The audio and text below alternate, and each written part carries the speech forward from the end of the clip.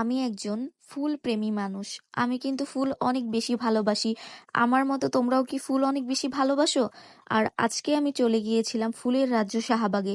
সেখান থেকে চলে গিয়েছিলাম ঢাকা ইউনিভার্সিটির ক্যাম্পাসের ভেতরে।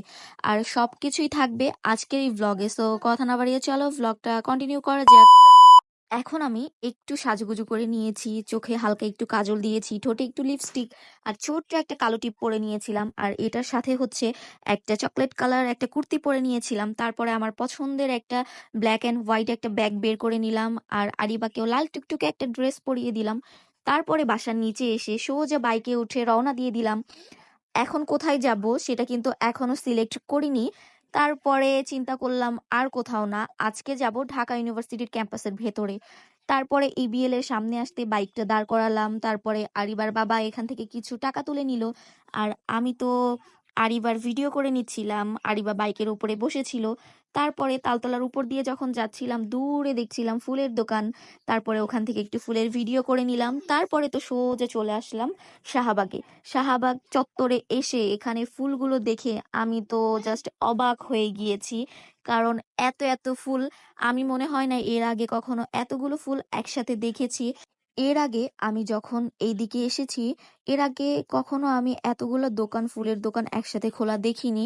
আর এত ফুল দেখিনি। আর এখন যেহেতু উইন্টার সিজন চলতেছে, তো এর কারণে ফুল অনেক বেশি, এত এত ফুল ছিল। লাল, নীল, হলুদ, সবুজ, কমলা, মানে এমন একটা কালার নেই যে ফুল নেই। সব কালারের ফুল ছিল। আর এত এত গোলাপ ছিল, এত ধরনের গোলাপও মনে হয় আমি এর আগে দেখিনি। বাট দুঃখের বিষয় হচ্ছে একটা, আরিবার বাবা আমাকে একটাও ফুল কিনে দেয়নি। তারপর আমি একা একা বক বক করতে করতে সামনের দিকে যাচ্ছিলাম যে এই লোকটা আমাকে একটা ফুল কিনে দিল না, এটা কিভাবে সম্ভব। এরপর এখানে কাচের চুড়ি দেখে আমি নিজের জন্য কয়েকটা কাচের চুড়ি নিয়ে সোজা চলে গেলাম এটার ভেতরে। এটার ভেতরে এসেই তো ফার্স্টেই হচ্ছে আমি টক ঝাল মিষ্টি ফুচকা খেয়ে নিব। কারণ তোমরা যারা আমার রেগুলার ভিডিও দেখো তারা তো সবাই জানো আমি ফুচকা খেতে কতটা পছন্দ করি। আর ছোট ফুচকাটা আমার একটু বেশিই প্রিয়। তারপরে হচ্ছে চলে আসলাম এই যে এখানে ভুট্টা ভাজা বিক্রি করতেছে। আর পুরান ঢাকা, তারপরে ঢাকা ইউনিভার্সিটির ক্যাম্পাসের ভেতরে তো অনেক ফেমাস হচ্ছে এই ভুট্টা ভাজা। বাট বিশ্বাস করো, এই ভুট্টা ভাজাটা একদমই, ভুট্টাগুলো মানে বড় হয়নি ঠিক মতো, এগুলোকে হচ্ছে আগেই বিক্রি করতেছে। আর এইটা হচ্ছে আমার একজনকে খাওয়া দেখে খেতে মন চাচ্ছিল।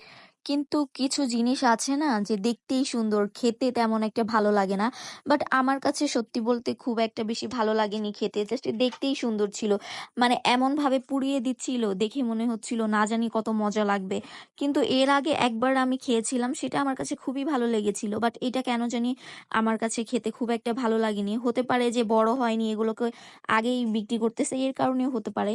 আর এত বেশি পরিমাণে ঝাল দিয়ে দিয়েছিল, আমি ওনাকে বলেছিলাম যে ঝাল কম দিতে।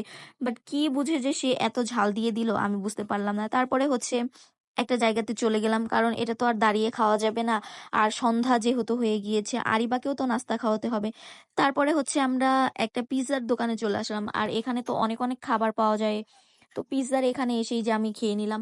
আর অনেক ঝাল ছিল, আমি খেতেই পারছিলাম না। তারপরে আমি আরিবার বাবাকে দিয়ে দিলাম যে তুমিই খাও, আমি আর এটা খেতে পারতেছি না, আর আমার কাছে একটুও ভালো লাগেনি। আর আমার মেয়ে তো এখানে এসেই এই ঠান্ডার মধ্যেও হচ্ছে এই যে আইসক্রিম নিয়ে নিয়েছে। আইসক্রিম যে তার কত প্রিয় কি বলবো।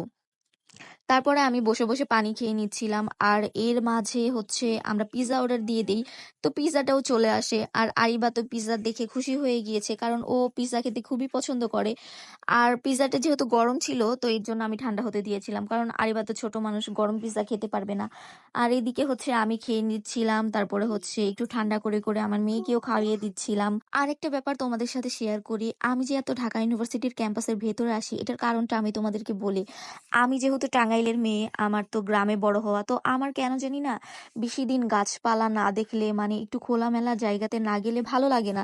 মানে জীবনটা কেমন জানি বন্ধ বন্ধ লাগে। এর কারণেই হচ্ছে ঢাকা ইউনিভার্সিটির ক্যাম্পাসের ভেতরে আমি আসি, কারণ এইদিকে আসলে না পাখির ডাক, তারপরে চারপাশে গাছপালা, আমার কাছে জায়গাটা অনেক বেশি ভালো লাগে। এর কারণেই আর কি এদিকে আসা। আর আমি অ্যাকচুয়ালি প্রকৃতিপ্রেমী মানুষ বলতে গেলে। আমি হচ্ছে প্রকৃতি খুব বেশি পছন্দ করি। যেমন আমার ফুল পছন্দ, তেমন গাছপালা পছন্দ, তেমন সবকিছুই।